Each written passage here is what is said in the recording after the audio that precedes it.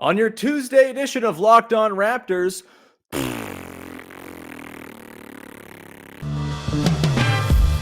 you are Locked On Raptors, your daily Toronto Raptors podcast, part of the Locked On Podcast Network, your team every day.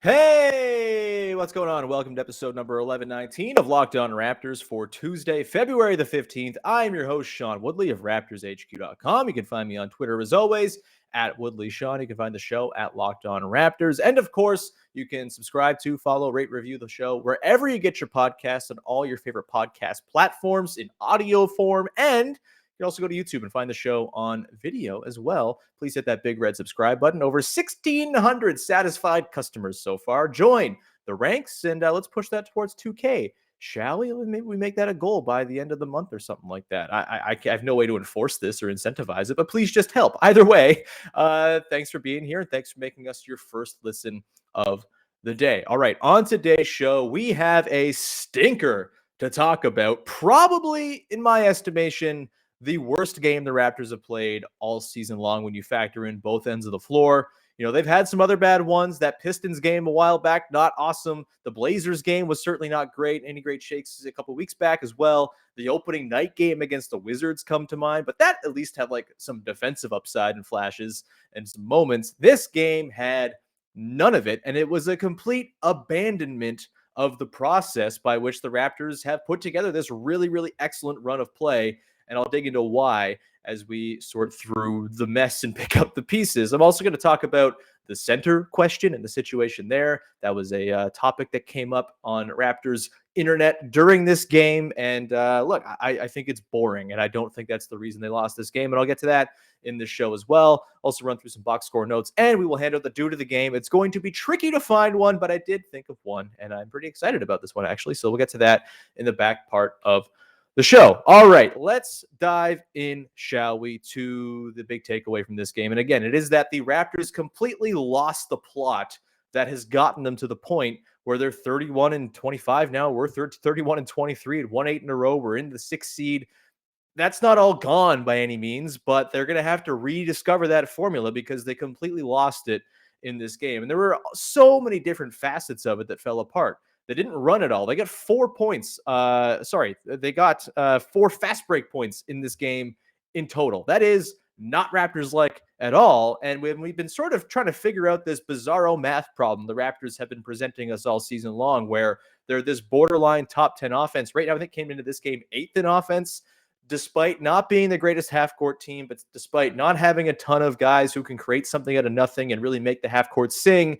And, you know, we've been trying to figure that out all year. They've done it with offensive rebounding, and they've done it with transition volume, just getting on the run as much as possible. They had the offensive boards tonight. They had 20 of those tonight, so good for them there. But they just did not have anything when it came to transition, which is obviously a really big part of how their bread is buttered. There were a few possessions here and there that really stood out. A third quarter one where after a long night of Gary Trent Jr. not hitting anything, Pascal Siakam looked him off in a 2-on-1, went up, tried to get a call, did not get one. And that, honestly, that possession in the third quarter really felt like the end for the Raptors, even though they were down 20 plus going into the second half. It was probably over to begin with, but man, that possession really stood out to me as sort of like the hallmark of what was wrong with this game. And I mentioned Gary Trent Jr., and I think for me, he was probably the biggest culprit behind the loss in this game. And I thought this was pretty comfortably the worst game he's played all season long. You could probably say as a Raptor. I know we had a couple stinkers in the back part of last year,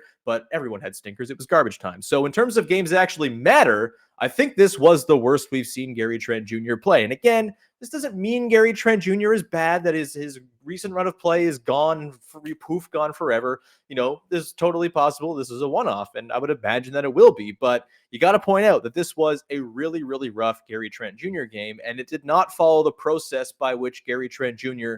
has been so valuable all season long. He really was playing outside of himself more than we've seen so far. And look, I love a gunner. I love gunner tendencies. I love people with no conscience. I love it when it's always the gunner o'clock. But it was a little bit excessive for Gary Trent Jr. in this one. A lot of possessions where he did not really play within the flow of what the Raptors do, which is why he's been so successful all season long. He gets so many opportunities in catch and shoots and really well set up and well crafted looks for him, in addition to those moments where he can pop and save a possession by creating something out of nothing. That's wonderful. That's beautiful to see. But when he's playing in a more sort of, what's the way to put this? Jordan Crawford-esque style, that's where he's going to run into trouble because he's not the greatest finisher around the basket. He's not someone who can create his own look every single time down the floor. He's not someone with playmaking acumen to help sort of offset the way that teams guard his shooting and sort of prepare for that. He's not dicing you up with, glorious pick and roll passing or anything like that. And so in a game like this, where Gary Trent Jr. was, kind of barreling in for drives into 2 or 3 guys and not really having a plan, putting up tough off-balance looks, nothing square. That's always been the thing with Gary Trent Jr. is that he shoots everything square. Not a lot of that in this one. He goes 2 of 15. He has just 6 points on the night, a -25, 2 of 8 from downtown. And even with the 3 he made in the third quarter, didn't really spark anything because they were so far out of it. But he made a 3 in the third quarter. Even that was like outside of the process by which you'd like to see Gary Trent Jr. get his looks. It was an early shot clock 3. That's just not the best offense this Raptors team can run. And, the process was totally just dismantled kind of from the outside in. Pascal Siakam didn't have himself a great game. 18 points, 5 boards, just 1 assist, 7 to 19 shooting. It was a pretty tough one for him. He also got poked in the eye. It would be cool if he could get a single call. That's for another day. But Siakam did not have a chance to really imprint himself on this game in the way he typically would because the guys he was setting up and the guys that his gravity were creating looks for just were not knocking anything down. Between Scotty Barnes, OG Anunoby, and Gary Trent Jr., they hit 3 triples in the entire game on, what is the math here? 3 of 20 between those guys. All told, 5 of 30 from the field. It's just not going to work when those guys are not filling in shots. And that's probably as simple as this needs to be. It was a game where these guys did not hit their shots, and that is difficult to overcome. But I also think the process by which they got there was not awesome either. And I think Gary Trent Jr. was kind of the example for this. I also thought in this game there was less Siakam on the ball than you typically would like to see. I think they were a little bit spooked by Herb Jones, which, hey, that's fair. Herb Jones is awesome. And boy, oh boy, is he ever an example of why the Raptors are probably smart to be like, yeah, we can pick in the first part of the second round and be fine, because a 35th overall pick, Herb Jones, is outstanding. He's awesome and he's terrifying, and he really kind of adds like a really mean bit of juice to this Pelicans team that kind of needs it.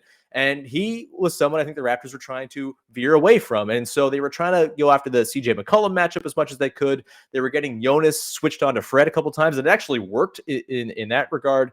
But as we've seen over the last couple months here, the Raptors are at their best when Siakam is on the ball, Fred is away from the ball, and you've got guys like OG and Scottie and Gary Trent Jr. cutting or relocating for open threes. Just lost that process entirely in this game because I think they were a little spooked by the Herb Jones matchup and because they wanted to sort of go after that McCollum thing. And look, this Raptors team, their process is let's find matchups and exploit them. I just didn't know, like, getting it out of Pascal's hands in the interest of, sizing up that CJ Valanciunas pick and roll coverage. Not exactly my favorite way of going about things, because I think we've been proven here that when Siakam has the ball in his hands, good things are going to happen. And that just was not the case in this one.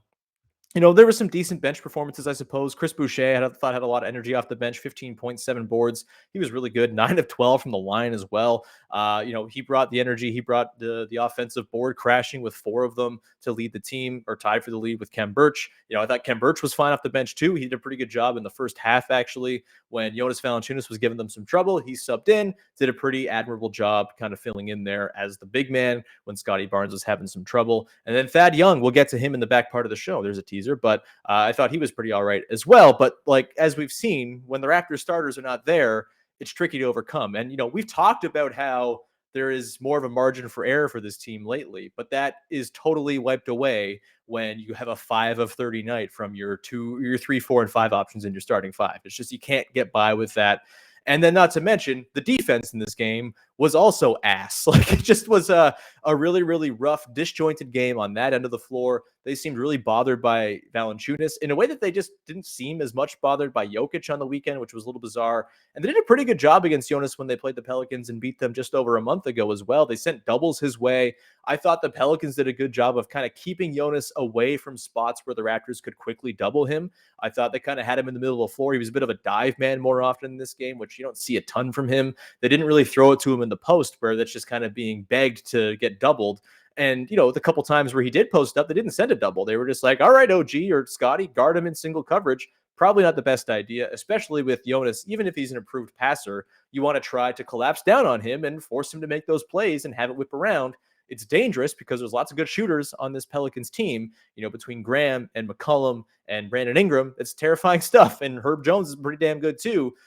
I didn't love the way they kind of deviated from the way they typically would play a center like that with Jonas. They did not force him to make plays out of those double team situations. And so again, lots of different things at play here for the Raptors falling in this one by 30 points. It just really felt like a deviation from what we've seen be the winning formula for the last little while. And probably a lot of it is just shooting luck, right? They got some open looks in the first half. By the time the second half came around, they were pretty out of it. It seemed like they packed this one in pretty quickly. Fred VanVleet only plays 31 minutes in this one. Siakam plays just 33, pretty low minutes totals altogether because they gave up on it pretty quickly. Just that first half really, really sewered them. And the third quarter as well was not terribly great shakes either. So again, the process, not there. Do I think it can come back? Absolutely, because they've been doing it damn well for a long time. But just nothing that you typically would associate with this year's version of the Raptors on display in this one whatsoever. So we'll continue on here. We're going to dive into the center question and how the Raptors guarded Valanciunas and why I just don't think that's the reason to get upset here. We'll also run through a few more of our little box score notes from this game, and then we got the due to the game to hand out at the end. But first, let me tell you about our pals over at Bet Online. Football might be over for this season, but basketball is in full steam for both pro and college hoops. From the latest odds, totals, player performance props to where the next fired coach is going to land, betonline.net is the number one spot for all your sports betting needs. BetOnline remains the best spot for all your sports scores, podcasts, and news this season. And it's not just basketball. BetOnline.net is your source for hockey, boxing, and UFC odds, right to your favorite Olympic coverage as well.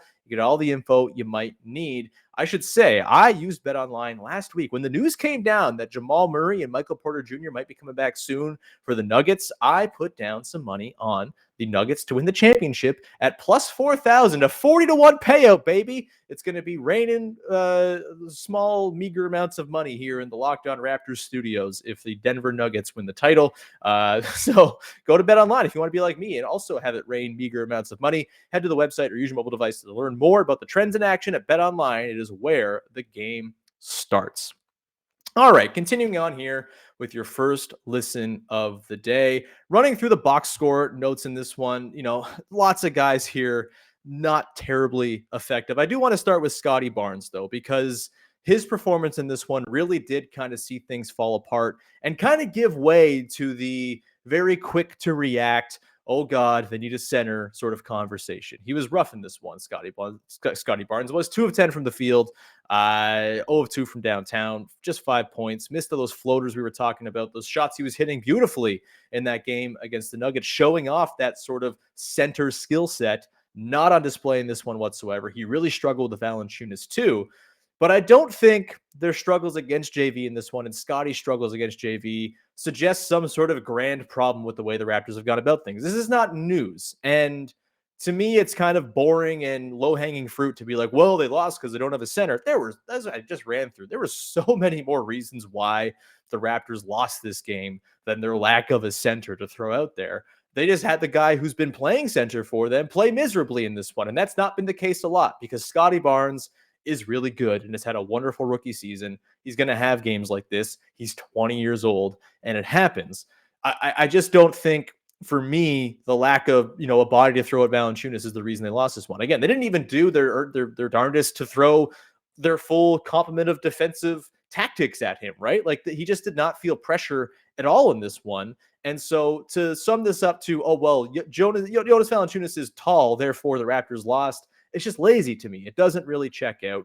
Jonas is like an inch or two taller than Scotty Barnes is. It's not, yes, he's thick, but guess what? Jonas is thicker than basically everybody else in the NBA, save for Embiid and Jokic. It just so happens they've played Jokic and Valanciunas in 2 straight games, so it feels like a stark problem with the Raptors that they don't have this bruising center. But again, I think the Raptors view this as this is how our team is built. We're punting on center until we find someone who can fit exactly what we want from that position, who has skill, who can handle the ball a little bit, who can, range out and do the sort of scramble defensive thing, who can be that backline defender. That guy doesn't exist. That guy didn't exist at the deadline. They were never getting him anyway. And so it's just a silly, kind of lazy and boring thing to come back to be like, oh, they lost this game because they don't have a center. That's just not true. They lost this game because their third, fourth, and fifth options shot 5 of 30. They lost this game because they played miserable defense start to finish. They had no answer for Brandon Ingram, no answer for Valanciunas because they didn't actually deploy their typical tactics for the full length of the game. And they didn't really there's this thing too, where it feels like you just kind of throw out what the other team does and it's all the one team that lost's fault. The Pelicans played a hell of a game in this one. You have to give them a ton of credit. This is a team that's just kind of coming together. They just got McCollum. Who the hell knows what's going on with Zion? But this team looked on a string, and that front court of Ingram, Herb Jones, and Valanciunas is just big, man. And like Siakam was running into bodies and arms whenever he was trying to get in the paint. OG was getting totally harassed and corralled around the rim when he was going up around the basket. He missed a putback. He missed a dunk. And it's not because of, poor dunk form. It's because they were hearing footsteps all night long from this Pelicans team. They were flying around. It was like a team of prime Gary Trents out there, just constantly in your face, nonstop, except a lot way bigger than Gary Trent Jr. And so, yeah, this was a game where the Pelicans really showed that, hey, they're a team that can actually mean some business here. I think if they've learned to defend, it's horrifying for everybody because of the shot making they have on this team. You would assume Zion's going to come back at some point and just add that whole new layer and level of fright and terror for opposing defenses. Like, you have to tip your cap to the Pelicans here. And again, I think the center question is by no means the biggest thing that cost the Raptors this one. They lost this game because their best players did not play like their best players, and no center of any sort of ilk was going to change that in this one. No center was going to make OG take more than 5 shots and hit more than one of them. No center was going to get Gary Trent Jr. rounded back in and sort of filling in his role, filling in the gaps, as opposed to becoming the central force of the offense for far too many possessions. No one was going to make Precious Achiuwa not play a really, really rough game altogether. And that's, I guess, maybe the question here now is, how do the Raptors approach this bench where, of course, all of the centers that they have are located on the bench? And how do you deploy them is going to be a pretty interesting question here for Nick Nurse to tackle. In this one, a few instances, the 3 center lineup at one point with Boucher, Birch, and Precious Achiuwa. Hope we never see that again. That was awkward and weird and just not enough shot making out there. Not enough space for Pascal to operate. I think they had Pascal and Fred out with that group. Just too much clutter in the middle of the floor for that one to work. But I do think it's an interesting sort of thing here to think about is how Nick Nurse is going to work in these centers as you go forward here, especially now that Thad Young's on the team. It's a pretty fascinating question. I think they have most of the answers to a lot of the teams that are going to come across them. Again, Embiid, not doing much about him. Jokic, not doing much about him. Jonas, not doing much about him. Those are kind of the 3 guys that you're really, really worried about. Even Karl Anthony Towns coming up on Wednesday doesn't strike that same level of fear with the force and physicality he plays with. He's way more perimeter oriented. If you ask Jimmy Butler, he's maybe a little softer. He's not quite like those guys who are just bears inside. And I think against most teams, the Raptors will be able to figure it out with this rotation of bigs.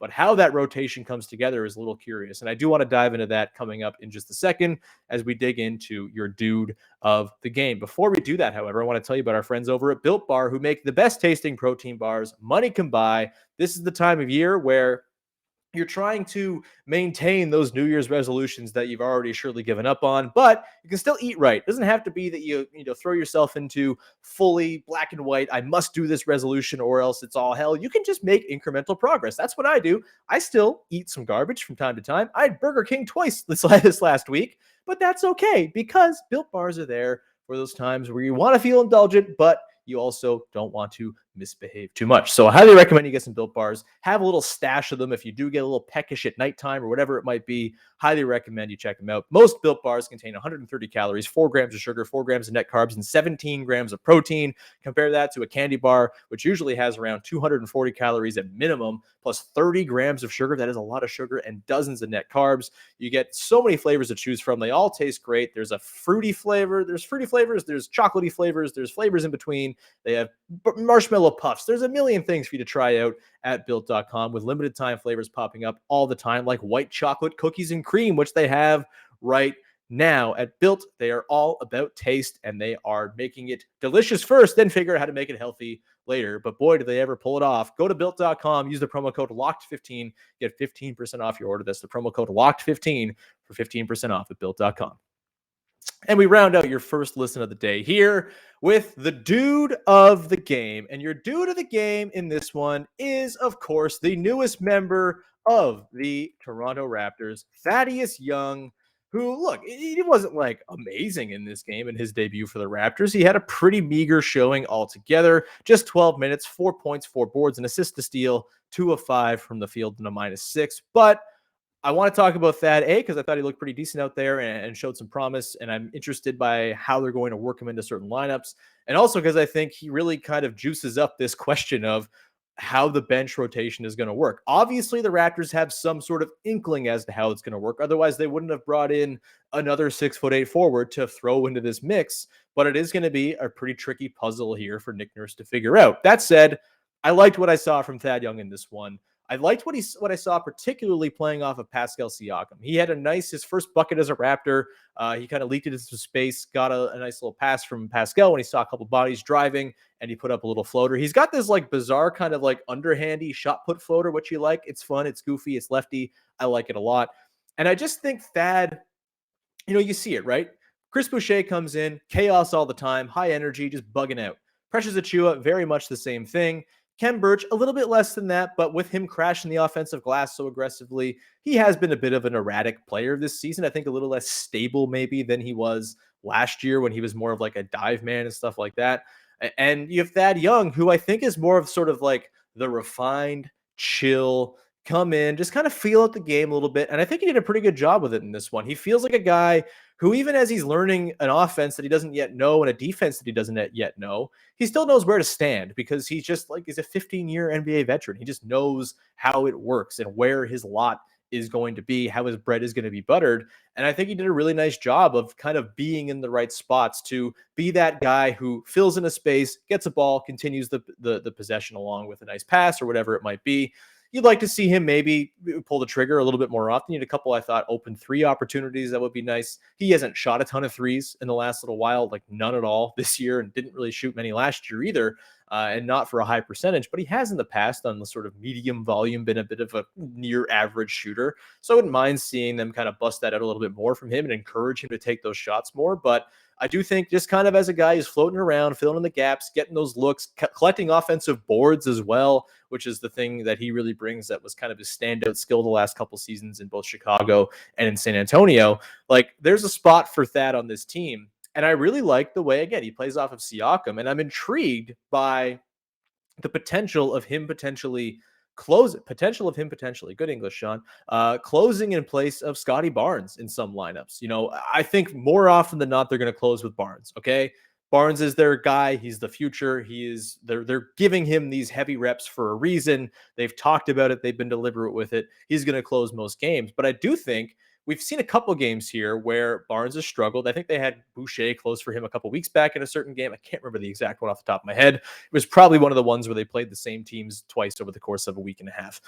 Either way, I think in those games where Scottie's struggling, like tonight, had this game been closer despite Scottie's bad play, I would have been intrigued by the idea of Thad Young being that small ball 5 because he does those small ball 5 things that are pretty useful. Again, he can be a short roll guy in the middle of the floor, making reads from there, crashes the offensive glass. He knows where to be on defense. Like he's not going to be, kind of corralling guys on the perimeter necessarily. He might be a bit of a blow-by threat, but if he's standing near the rim, which is where they had him lining up on defense for the most part in this one, I think he can kind of offer you that sort of, as good a rim protection as a 6'8" guy can offer you. I think he can do that. He played some small ball 5 for the Bulls last season. He has some experience doing that. I think that is a pretty interesting option considering what he does on offense. He's just a smart, connective player. And boy, do I love myself some connective players. I think Thad's going to be a fave of mine for that reason. I like the way he just kind of fills those gaps. And I think how he fits into these bench rotations is going to be fascinating. It's hard to even envision what these lineups are going to be throughout the course of a game. Nick Nurse has been so up and down with the way he's changed up his rotations, even with some regularity lately where, you've kind of known which guys are coming in. You're still seeing kooky lineups and whatnot that you haven't really seen before. He'll try Gary Trent Jr. with the bench. He'll try Pascal with the bench. He'll try both. He'll try OG. It gets a little bit sort of mishmashy. And I think Thad is going to be difficult to find those exact spots for him to play. But I do think 12 minutes tonight, probably got to play a little bit more than that. I would not be upset with funneling a few of the minutes from Precious to him, as much as Precious is one of those developmental pieces. If you're trying to make a push for the postseason right now and make good on your acquisition of Thad Young and the investment that you went into it, I think, it's a worthwhile thing to try to see if you can amp up his minutes total just a little bit. Obviously, they're just easing him in this game. Probably weren't going to get him 20-something minutes in this one, but if you can get him up to 18 or 20, I think that connective tissue is really nice for this Raptors team where, they're smart when they're actually playing their game and when their process is on, like it was against the Nuggets on Sunday, like it has been for the most part over the last month and a half or so. I think there's a spot for Thad really within that flow that they like to play with that can be pretty exciting. I think he's a good little passer. And again, those little flip shots around the basket. The Raptors have courted the market on dudes who can put in flip shots from 6 feet. It's awesome. I love it. It's just a delightful thing to watch. It's bizarre and weird. But again, I think, getting Thad into these lineups here in place of Precious in some spots, playing him as a 4, as a small ball 5, get him in there with the stars of the team, get him in there with Siakam, get him in there with Trent to play off of and use some dribble handoff action with him. I think that's kind of the avenue here. And I'm excited to see what can come. So due to the game, Thaddeus Young, again, not exactly a murderer's row of contestants. Chris Boucher had a really nice game off the bench. He's probably one, but we'll give it to Thad Young here. And just one last thought here before we round out the show. So today it was announced James Harden was not playing in the NBA All-Star game as he's working on his hamstring and getting back, and I think probably avoiding seeing Kevin Durant at the All-Star game because who wants awkwardness? No one wants that when you're on vacation. He's just going to go hang out and fix his hamstring, and that's cool. Jarrett Allen gets named as the replacement for Pascal Siakam. And look, I don't want this to become a denigrate Jarrett Allen fest because Jarrett Allen's awesome and probably should have been in the All-Star game. He's that good. It's the home crowd thing. I get it. The Cavs having 2 All-Stars at home is cool. If we were in a similar situation as Raptors fans, we would be saying, hey, it's home. You should get 2 Raptors in the game. It's fine. It's cool. Obviously, this comes down to Chris Middleton, who should not be there, who has just not been an all-star this season compared to the other guys on the list. And it's unfortunate that that's the way it has gone. I just want to give one last sort of plea to remember or recall just how freaking good Pascal Siakam has been this season and how deserving of an all-star spot he is. And really, it's an acknowledgement, the Jarrett Allen admission, the Chris Middleton admission, all of this, it's an acknowledgement that the all-star game is not a thing to be basing legacy discussions on. It's not a thing to say, oh, well, these are the 24 best players in the NBA this year. It's a collection of 24 of the best-ish players, the best 35 or so players who fit certain caveats in that they've played enough games and that they play on teams that have won a certain threshold of games and that they play on teams that are well-balanced enough in terms of who also has all-stars to make the overall complexion of the all-star roster make some sense. It's a silly bit of caveats. Pascal Siakam should be an all-star. He has been one of the most positive win-driving players in the NBA. He's playing like an MVP tonight, well, notwithstanding. It was a pretty rough run for him overall. Hope his eye is okay. He got poked pretty hard there. But he's been playing like an MVP over the last 8 weeks or so. Since the start of December, frankly, he's been that good. I have no idea how much time that is. Is that even longer than 8 weeks? It's like 10 weeks. He's been that good for this long that I'm losing track of how long he's been good for, which might just mean that this is just what he is. He's just good now. He's just this level of awesome. And he's clearly been an all-star. He's been probably like the fourth best player in the Eastern Conference on balance overall. It's silly he's not there. But as long as we're not using the All-Star game as some sort of barometer for who the good players are, and we're actually using All NBA and the season-long numbers that guys are putting up as the actual sort of explanations of what these guys are and how good they are, then it's fine. Enjoy your vacation, Pascal. He's been one of the 24 best players in the NBA this season. He's been one of the 12 best players in the East. That's all easy. That's academic. And hey, maybe Zach LaVine is going to be out of the All-Star game and they'll need another replacement, in which case Siakam 100% should be the guy. If not, I don't know what the hell's going on. Either way, that's my last sort of soapbox on it. I will not mention Pascal Siakam for All-Star again. We've officially turned the page to Siakam for All-NBA propaganda later on this week. But with that, we'll leave off today's show. Thank you so much for tuning in. And this game sucked. I don't know how I talked about it for 30 minutes, but here I am.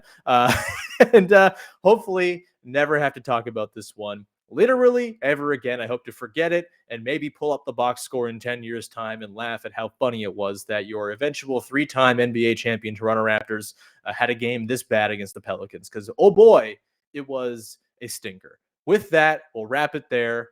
We'll be back again tomorrow. James Herbert's going to pop on the show. We are going to handicap the race for the 6th seed in the Eastern Conference between the Celtics, the Raptors, the Nets, kind of the 3 teams, and then maybe there's a team above they can catch, the Cavs, the Sixers, anybody. We'll get to that on Wednesday with old Jimmy Herbs from CBS Sports on Wednesday. And then, later in the week, games to recap, etc. The Wolves game we'll talk about on Thursday. We'll probably take a look at an All-Star on Friday as well. That should be a lot of fun.